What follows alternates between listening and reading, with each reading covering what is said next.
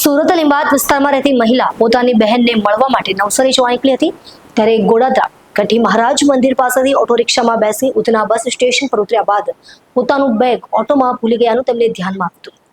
બેગમાં રૂપિયા 4 લાખની કિંમતના સોના ચાંદીના દાગીના તેમજ કપડાં હતા. ઉધના પોલીસ સતર્કતાએ ગણતરીના કલાકોમાં મહિલાનો બેગ શોધી કાઢી પ્રશંસનીય કામગીરી કરી. સુરતના લીંબાદ વિસ્તારમાં રહેતી કવિતાબેન રવિન્દ્રભાઈ જગદેવ પોતાના કુટુંબ સાથે બહેનને મળવા નવસારી જવા નીકળી હતી ત્યારે તેમણે ઓટો રિક્ષામાં પોતાનું બેગ ભૂલાઈ ગયેલું જાણ્યું. બેગમાં રાખવામાં આવેલા કપડાં ઉપરાંત અંદાજે રૂપિયા 4 લાખના સોના ચાંદીના દાગીના હતા.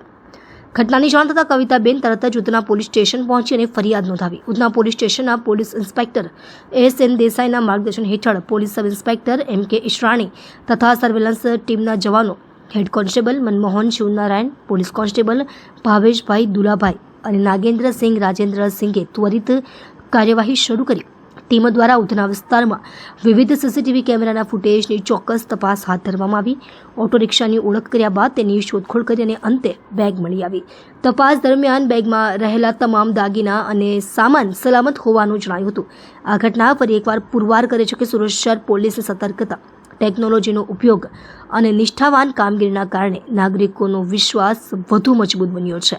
બેગ મળી આવતા કવિતાબેન તથા તેમના પરિવારજનોએ ઉધના પોલીસ સ્ટાફનો દિલથી આભાર માન્યો હતો તથા સમસ્ત ટીમના કાર્યને ધન્યવાદ આપ્યો હતો.